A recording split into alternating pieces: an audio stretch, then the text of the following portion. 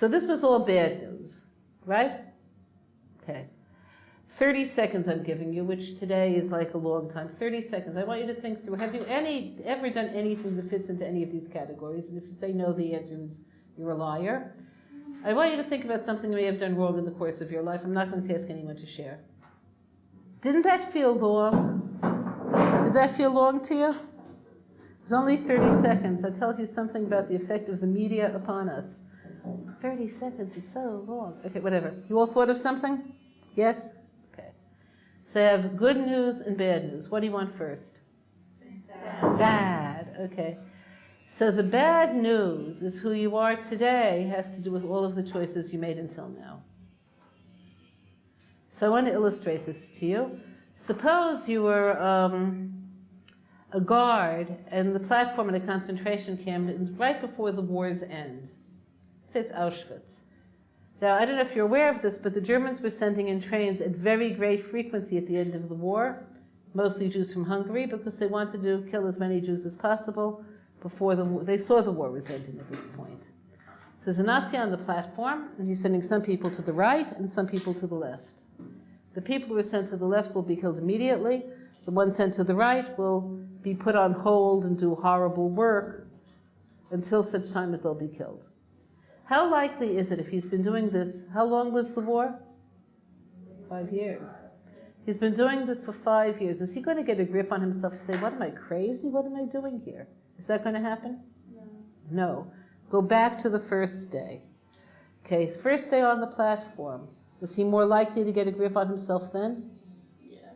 More likely, but not that likely, because he wouldn't have gotten to where he was in the Nazi hierarchy if he wasn't capable of that. Okay, let's go back. Okay, this is way before the war. He's drafted into the German armed forces. He could choose to belong to any branch of the service he wants. He can go into the Luftwaffe, the Air Force, the Wehrmacht, the foot soldiers, but he chooses SS. Now he's only 19, let's say. Could be the reason he chose SS was because they get this like cool tattoo under their arms. Could you picture a 19-year-old making a choice on that basis? Yes. Now if he knew where he would end up at the end of the war, that he'd be sending infants to an oven, would he have still chosen SS? No. Maybe not. Very likely not. Could be yes. Now remember, this is Germany. He heard a lot of propaganda.